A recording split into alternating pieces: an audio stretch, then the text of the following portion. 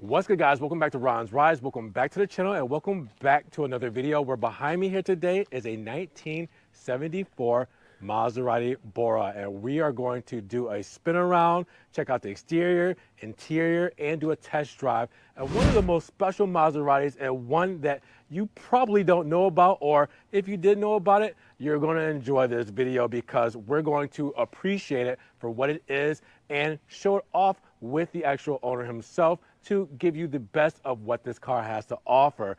A 74 Maserati on the channel. Never thought I would see the day, but here we are, and I think you guys are gonna love this one. All right, so this is the Bora. This is the owner, Dean. Thank you so much, Dean, for inviting me to check out this Bora. So before this, I didn't know what a Bora was, all right? So I'm kind of taking this all in. Yeah. You're not alone. Yeah, so a lot of people ask you about it. So first off, tell me a little bit about this car. You know, what makes it so special? So this is 1974 Maserati Bora. It's Maserati's first mid-engine street car. It's also the first car that they built with independent rear suspension. Okay. They were kind of slow to get that on board. So this is 74. You know, the other big Italian makers had IRS way before that. And this particular car is in very good shape. It's got 38,000 miles on it, and the engine was completely rebuilt about 3,000 miles ago.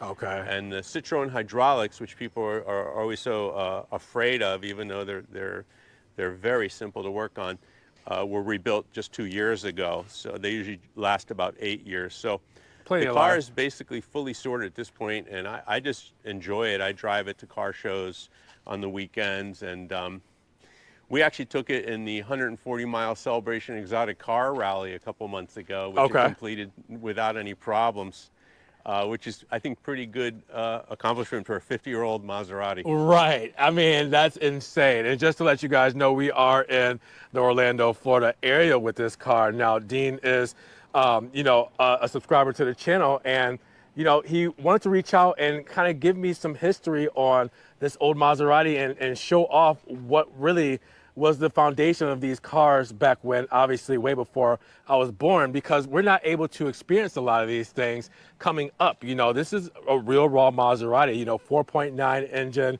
you know, it's manual transmission. I mean, it's raw power, mechanical. It's really so far from what we know right now in the next generation Maseratis. And with where they're going and where the world is going with a lot of cars today, we have to take more time to appreciate things like this that don't really make it here around different parts of the United States, for one, and for two, that you just will never see out there on the roads because a lot of people just leave them in their garages, and you know, they enjoy them from afar. I drive this car. You know how you can tell that someone actually drives their supercar? What's that? It's got a E-Pass on it. Oh yeah, for the highway. Yeah, so you wouldn't put a toll pass on there if you don't drive the car, you know, because you have to pay extra to go through the expressway. No point to own it and not drive it. Yeah. Actually, you know, most Maserati, I think even the modern Maseratis, I'd say, those engines don't do well when they sit. Yeah. You know, those seals don't like that. They dry out. You'll get a lot of leaks and stuff. So, you know, warming it up to operating temperature, driving it around, not infrequently is how you maintain a Maserati. Yeah, and that's what we're doing here today. So you guys can see that we have the Maserati logo that you guys knew and loved when we came up with the channel with the Ghibli. But obviously the styling is a little bit different, but the colors are the same from back then with chrome and blue. But you guys can see the Trident has a different style to it. You also will see the Trident right up front. It's like a silver and red mix there, which looks really cool. And then you guys can see the front. This is a really cool design. This is the factory design. These are the European front bumpers. If you want to call those bumpers, I guess they're really grills. Yeah. And you know, the car had the big black American bumpers that look like they're glued on, and it doesn't even have the Trident if you have those bumpers. Oh, really? So this is retro, know, with the kind of putting back the original kind of grill there. Definitely increases the aesthetic of the car. This would be considered, because we have a Frunk here because mid-engine. So is this just breathable? That's where the hot air comes out from the radiator. Okay. Let's talk about the hydraulics for a second. Yeah, yeah. So the headlights are also on the Citroen hydraulics, so even with the car not running, they'll go up. And then the interesting thing is the seat and the pedals are on the hydraulics. Okay. So if you take a look at the seat,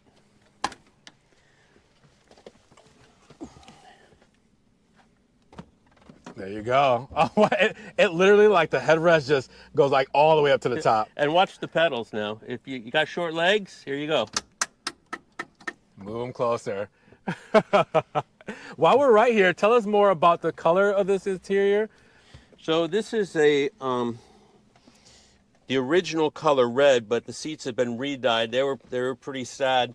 I had to get a swatch of leather from Connolly in the UK, and then that was sent to Color Lock, who's now owned by Kochchemi. And they make dyes for leather, and they mixed up the dye for me. It matches perfectly. So the dash is original. That's the original color. It wasn't worn out because no one sits on it. But the seats were really well worn, but you could see that they pretty much match the dash now. The color is spot on. And these floor mats are aftermarket. Okay. Normally it has just the plastic on the car carpeting, but I wanted to protect that. So Yeah, 100%. Yeah, so you can tell. that has the factory Maserati heel pad, which I attached to the aftermarket floor mats. So there's a compartment back here, I see. Yeah, you can open that storage. Okay, storage. Oh, I'm not sure if I know how to open it. Oh, you just Push. slide it. Oh, okay. Wow. Okay. So tell us, what do we have here? What are we looking at besides a big spare tire? We know what that is, but tell us more about this, because this is somewhat rebuilt, correct? Yeah, this motor's been rebuilt. We have all the receipts. It's a 4.9 liter dual overhead cam, Maserati engine, Hemi heads, and originally about 330 horsepower. This car has increased compression, a light and aluminum flywheel, and European tune on it. So it's probably a little bit more than factory as far as power. And what can I say? It runs good. It starts first time every time and just zooms from there. And we will feel that in just a moment once we go out on that drive. Now, you were talking about that hydraulic system. So this is the tank that holds all the LHM. There should be a sticker there that says LHM. That's hydraulic fluid. It's a lot more expensive than brake fluid or motor oil, I got to tell you. But you only have to change it every 18,000 miles. And then hidden down there is a pressure regulator. And there's one sphere for rear brakes, one sphere for front brakes.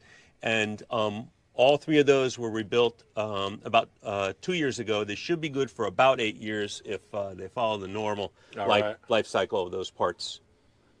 Yeah, this is, I mean, so clean. It's really just, you don't expect normally to open up an engine bay with this, old of a vehicle and see everything just so well kept.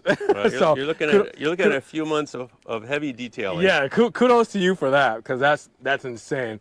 I love the way that the engine bay does open up. The glass looks brilliant.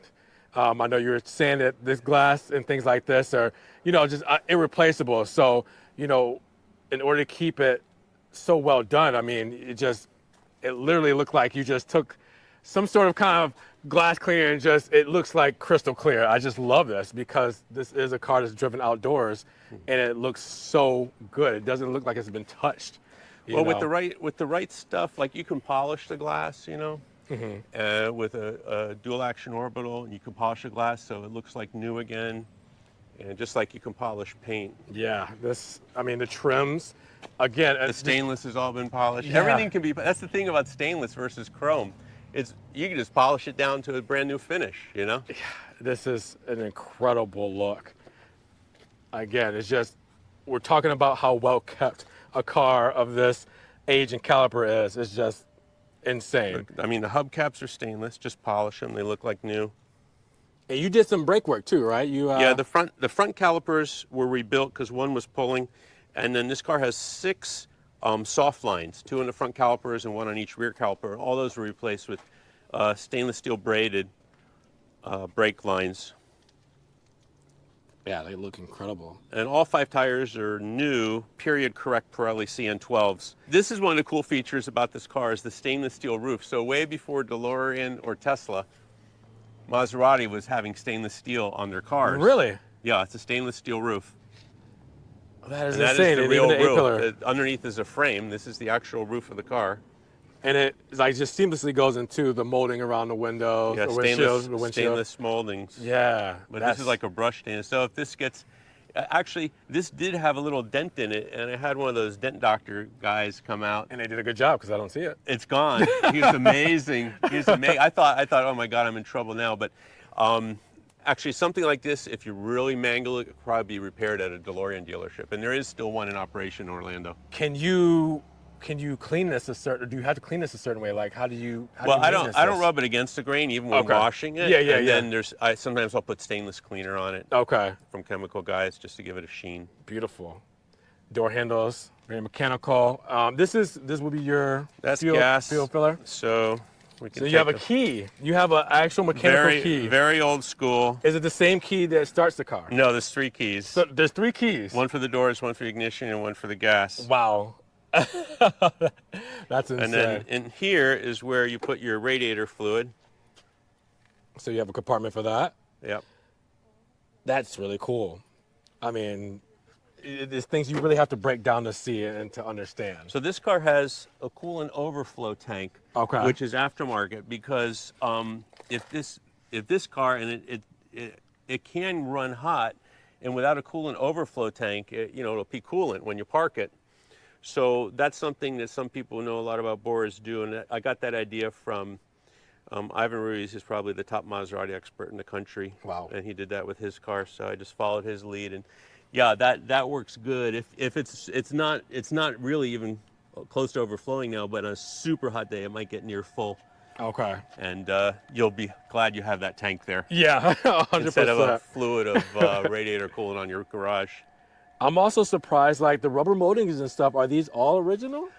I don't have any receipts of them being changed. Wow. They are the correct molding and they look good. Again, I'm very taken back on how well this car has held up. I over just the like years. how with a couple hours of elbow grease, you can get that stainless Yeah. looking like chrome. Yeah, this is gorgeous. You know, Headlights are beautiful. when I picked up the car, as we talked about, it had some issues. It had some issues, and one of them was all the stainless scratched and ugly.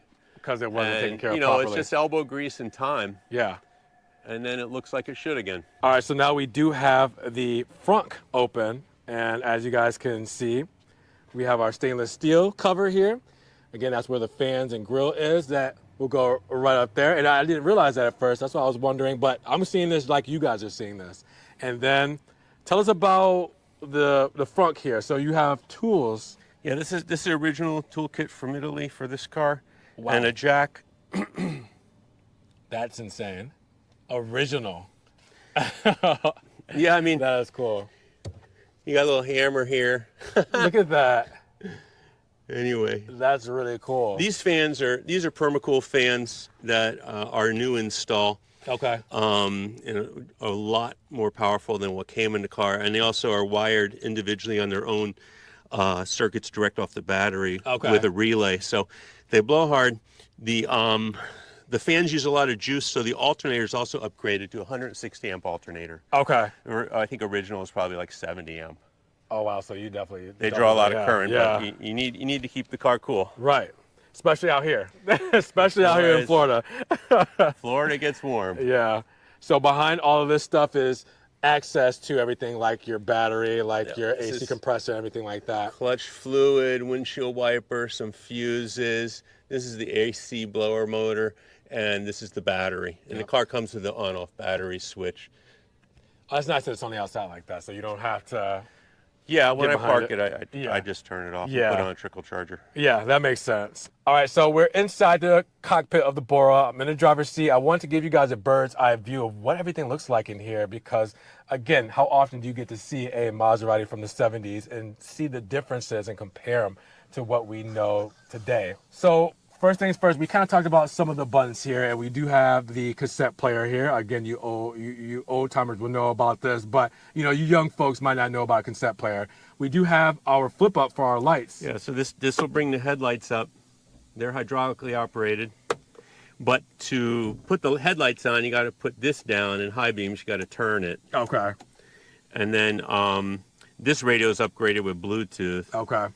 This is interior lighting. This is country or city horn. I don't think it works with the key out, but no, we'll demonstrate that later. Country or city horn. Yeah. Okay. Beep beep or toot toot. Okay. This is the 2-speed fan control, rear window defroster, you know, hazards. This is the potentiometer for the brightness on the gauges. Okay. This is intermittent wiper blades. This, if you look to the right, that is the antenna. That's so cool. And then this is emergency lighting. All your dash lights and everything comes on with this in case you have a problem with the hydraulics. Okay, I love all the toggles. This is the foot pedals. Yep. And then watch your head. That's the seat. My seat's gonna go up. Might have to start it for that. Yeah, that's no worries. Then you have oil pressure, tachometer, speedometer. It's got 37,000 miles on it. You know, if you look in the manual, I don't even think it shows 3 idiot lights here. I hate to say it. Every Bora seems to be different. But the middle one comes on with the e-brake or if the hydraulic pressure is low. Yeah. This is AC. This is the odometer reset. You have water temperature. You have fuel. You have oil temperature. You have the battery. And this is always on, even when the car's off. Okay. So And you have the clock. The clock has actually been rebuilt with a quartz clock inside of it at some point to make it more accurate. And then we added the another voltmeter with an amp meter in the ashtray. Okay. Yep, and that's right here. So you guys will see the meters there. Yeah, so right now it's 0.9 amps because the interior lights are on. Okay. And I've changed pretty much every bulb in the car to LED. Okay. Including the headlights and taillights and such. Give it a more modern feel and look and safer. Yeah. And then what's this? Recirculator fresh air for the AC, talk about that. and then you have choke and defrost. With defrost, basically just turns the hot water valve on to the heater core. Okay. It doesn't change the way the air flows at all. Okay. You have to do all that manually at the registers. Beautiful glove box. So that's a locked box there. So, do you know what key that would use? Because you have 3 keys. Does it say? Does it have a key slot? It looks like there's a key. I've never tried to lock that. So there you go. Unsolved mystery. Unsolved mystery. Bora badge there as well. And then obviously you guys can see the passenger side with that 4.9 in the rear. This is just an awesome look when it comes to this car. And you have this storage here, which is pretty cool. That's so for your cool. sunglasses. You'll never know. Stainless steel on the side as well. Yeah. And then we have our toggles back here, probably to open up the engine bay. Yep, and then it has this safety, so that it won't pop open at speed. Oh, that makes sense.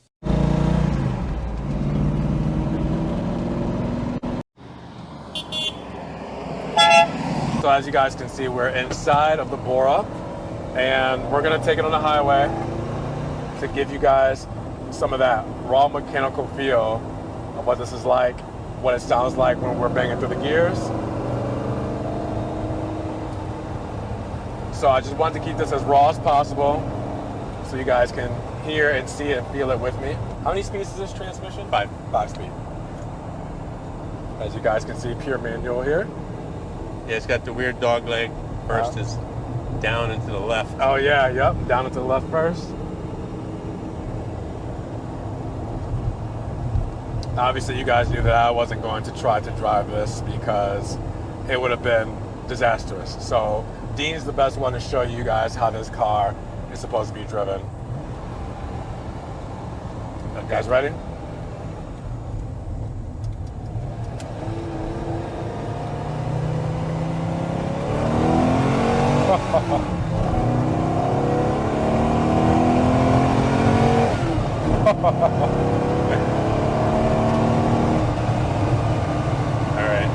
That's fast enough. Yeah, we got it right behind us, as you guys can see. So I mean, you know, you're gonna feel it the most you're gonna ever be able to feel it.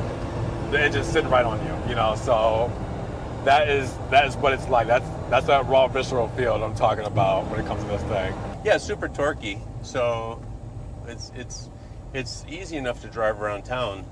You know, it's got a 4.9 liter engine, so plenty of torque. That's kind of famous for that, passing without downshifting and things like that. Yeah, Yeah, we're gonna go through Disney in a second. Yeah. And get off the highway. Yeah, Disney traffic is, you know, a Sunday, so, you know, it's just busy. But it's super smooth, and like you were saying to me earlier, it's like a great supercar daily driver, you know, like. Yeah, my dad drove his every day to work down in Miami for like 5 years. Yeah. And you know, the kind of gestalt of the car is you're like an Italian corporate CEO, and you got to drive across the peninsula for a meeting. Yeah. You hop in the Bora, get on the autostrada, and just go. Yeah. You know? And you know, this car back in its day, the other similar mid-engine Italian cars would be like a Lamborghini Countach or maybe a 512 BB or something like that. And this doesn't quite have the performance edge of those, but it's definitely a lot more luxurious. It's quiet. You know, we're inside a car. The engine's right behind us. We're having a conversation. Right. Yeah. You can hear us. It's meant for basically cruising at high speeds in style. Yeah. And that's exactly it does that really better than any of those other cars. Now, you haven't done too much to the interior besides the gauge, the voltage gauge. Yeah, I just put the ammeter in there, and I re-dyed the seats. Re-dyed. So now we're keeping that same red that we've got from the factory, but just in a deeper, you know, kind of more, I want to say, vibrant feel to it when it comes to the red, and kind of bring out the colors a little It's bit the more. factory red. It's called Connolly 1603. Okay. So we got the swatch of leather from Connolly in the UK, and I sent it to Color Lock, and they're the people who make dyes. You know, one of the better dyes for redoing leather interiors, and so they matched it perfectly.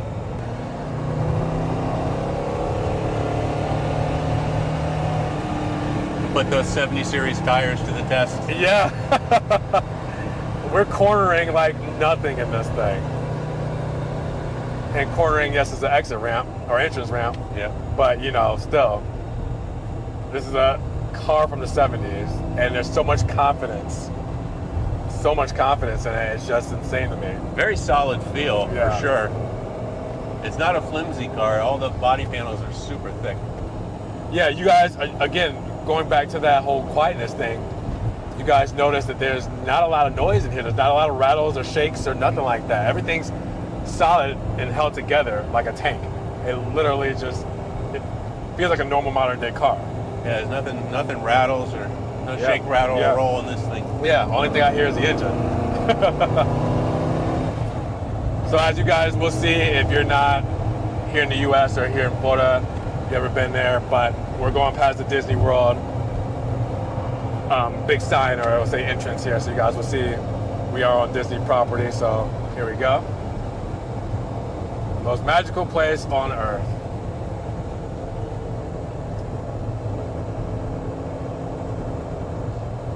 Now you'll notice Dean, when he is changing lanes, he's looking, because there are no actual side view mirrors, because they did not give you the option to have these, as you said, right? Right, just the driver has an optional That's rear an view mirror. optional rearview mirror. So that means you could get a Bora without any side view mirrors.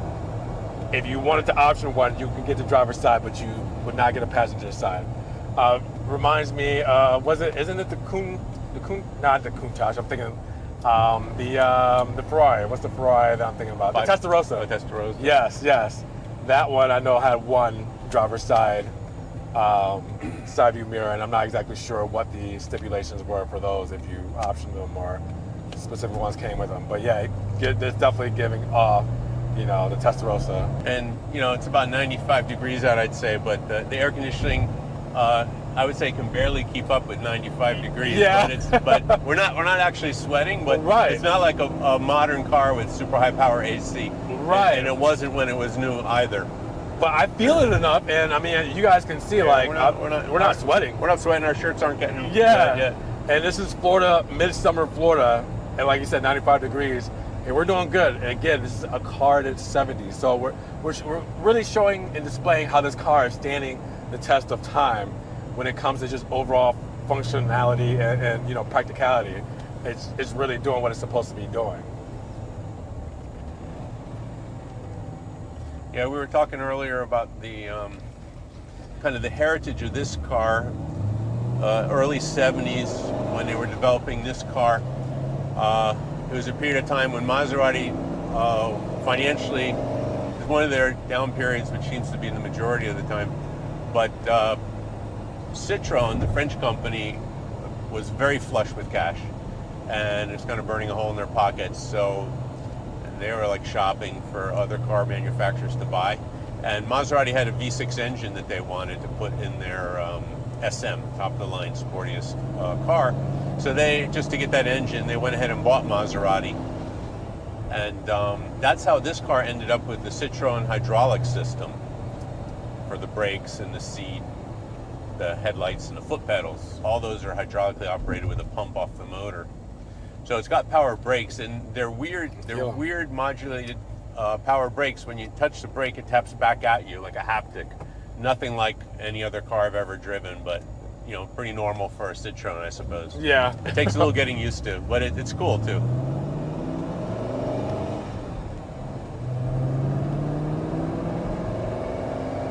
Oh, I just love the way that this feels. And once in a while you can actually hear the pressure regulator for the pump. It's right behind the driver's head, and it makes a kind of a loud brrr noise as it pressurizes the system for the brakes and such. Again, just a cool mechanical thing about how that engine was built. And you know, your engine is, you know, somewhat new. You said about 3,000. Yeah, this engine was rebuilt about 3,000 miles ago, so we have all the receipts for that. And this is the venerable Maserati V8, with originally racing heritage car. So this was in a their first V8 road cars too. Like they had a 3500 and a Sebring, and those were inline sixes. But for the ultra wealthy, you know, Shaws and Kings, they would build a couple handful, you know, literally a handful of custom bodied V8 GTs. And so that's when they first started putting this engine into the consumer cars, if you call those people consumers. Yeah. And then when they came out with the Maserati Mexico, they put this motor in it. Maserati Kailami, Maserati Ghibli, which is probably one of their most famous cars. Yeah. So those cars all have this engine, which is a pretty bulletproof engine, dual overhead cam, heavy heads. And you said that this is actually the 3.9, or sorry, 4.9 is larger than what they got over in Europe, right? They got the so for the first, most of the time they had a 4.7 in Europe with no pollution control and headers and stuff. And this car had heat exchangers and all sorts of pollution control on it. It really never really worked that great to begin with, and made the car run very hot. So this car's been converted to European tune with headers, exhaust that went on that model, and distributor tune to European tune. And the front bumpers are also the European, which looks much better than the abomination US bumper. Yeah. We know how to run a car. So it's kind of retro. I put the European taillights on with the orange turn signals. It just looks nicer than the all red tail lamp. Yeah. So like, and also this headline and everything, this is all It's factory? all factory originally. Wow. Yeah, it's in good shape. It is in brilliant shape. Same with the visors and everything. You would think something this color would get dingy or something over time. I mean, it's a 70s car, you know, like you would think dust or anything would get in here. I'll show you a little bit of Maserati design ingenuity. You put this down, you can't see the mirror, but you know, you gotta love it. Yeah. You gotta love it. The last minute, we gotta put a sun visor in. You know. Yeah. So you know, it's always kind of those quirky things, especially in the older models, that you will definitely point out and have a good chuckle at. So what did you guys think spending time living with a 1974 Maserati Bora? Now I have some good news. This car is actually currently for sale. www.1974bora.com, where you guys can contact Dean and make your offer on this beautiful 1974 Bora. Now, with that said, we will also have the Maserati Bora Facebook group in the description down below, so you guys can go check them out there as well. Dean did say we're looking for anything over $150,000 for the Bora, so you guys are interested, make sure you guys check the link in the description for his website link so you guys can contact him. Or even if you want to contact me, I'll get a hold of him and we can make something happen. But I want to know, what do you guys think about the 1974 Bora? Drop those comments down below. What did you guys learn today? What did you guys enjoy about this beautiful Maserati? Now, with that said, if you guys did enjoy the video today, make sure you guys give it a big thumbs up. Also, make sure you guys check the links down in the description below for Dean's website link and the Maserati Bora Facebook group and anything else you guys want to help further support the channel. I appreciate the extra love that you guys show. You guys can also subscribe, but click the notification bell so you don't miss one video. And guys, we will see you in the next one. Peace.